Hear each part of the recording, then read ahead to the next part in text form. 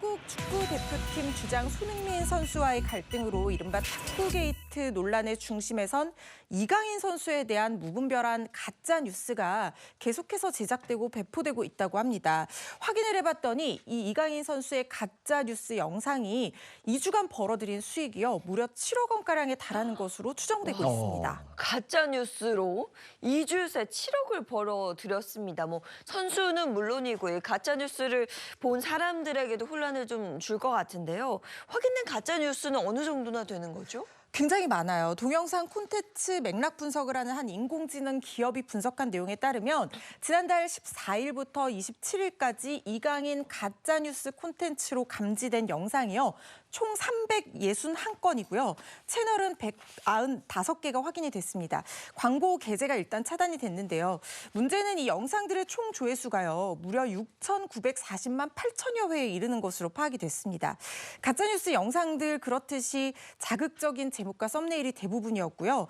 내용이 황당합니다. 이강인 선수가 소속된 PSG 파리 생제르맹 구단에서 방출이 됐다거나 아예 2군으로 밀려났다. 이런 가짜뉴스들이 포함이 되어 있었고요. 이런 것들은 모두 명백한 허위 사실입니다.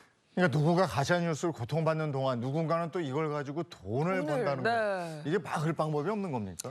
이게 가짜뉴스가 정말 위험한 것이 한번 퍼지고 나면은 이걸 다시 주워 담기가 너무 힘들다는 거예요. 그런데 문제는 규제 사각지대에 놓여 있는 경우가 많습니다. 특히 해외 플랫폼 같은 경우에는 이런 자극적인 이슈나 가짜뉴스를 지속해서 생산하고 유포하고 있지만 제대로 된 자정작용이 이루어지지 않고 규제의 사각지대에 놓여 있는 경우도 많은데요.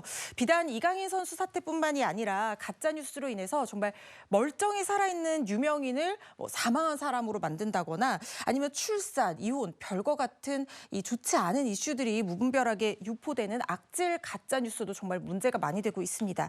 이게 구독자들 고발이나 신고 이런 가짜뉴스 근절을 위한 노력 그리고 클릭하지 않는 노력들도 필요할 것 같은데요. 유튜브 플랫폼 내에서도 이렇게 가짜뉴스를 좀 거르고 자정할 수 있는 플랫폼 자체적인 규제나 그런 것들이 필요하다 이런 지적들도 나오고 있습니다. 카더라 이런 것들이 매체로 들어와서 사람들이 그걸 보면 진짜로 인식하잖아요. 맞아요. 이거 참 큰일인데 이제 또 선거 앞두고 정치권에서도 이런 가짜 뉴스가 판을 칠까 봐 그게 또 걱정되고 이렇습니다.